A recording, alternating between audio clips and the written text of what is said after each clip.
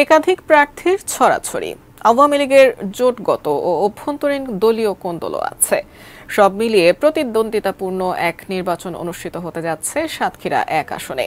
এই আসনের ভোটের হিসাব নিকাশ জানাচ্ছেন সাব্বির আহমেদ, ছবি তুলেছেন তারিফ মল্লিক।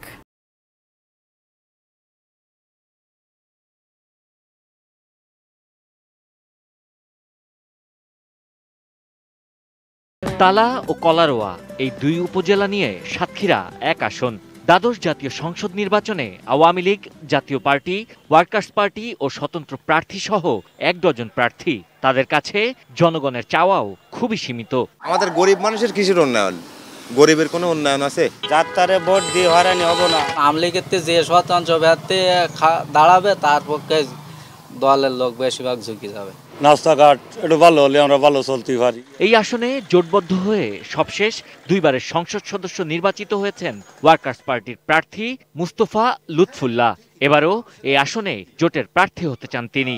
14 দলগতভাবে নির্বাচন হবে, আর 14 দলগতভাবে যদি নির্বাচন না হয় তাহলে আওয়ামী লীগ একা হয়ে যাবে। মার্কিন সাম্রাজ্যবাদী মৌলবাদী শক্তির যে তাণ্ডব, তাদের যে পরিকল্পনা চক্রান্ত, সেই চক্রান্ত রুখতে 14 দল লাগবেই।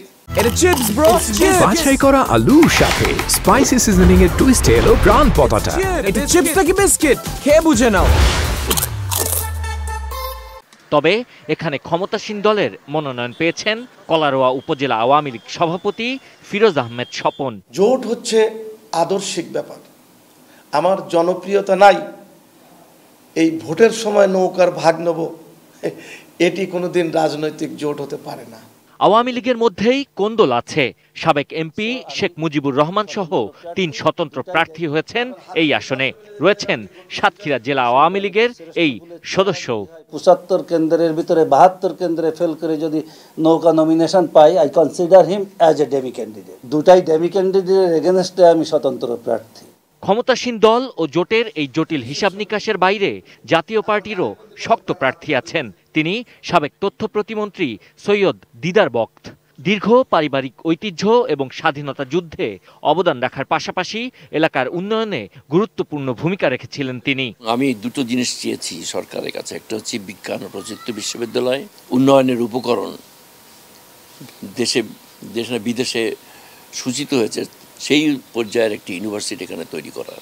এই আসনে মোট ভোটার ৪,৭২,০৪৭ জন। পুরুষ ও নারী ভোটার প্রায় সমান।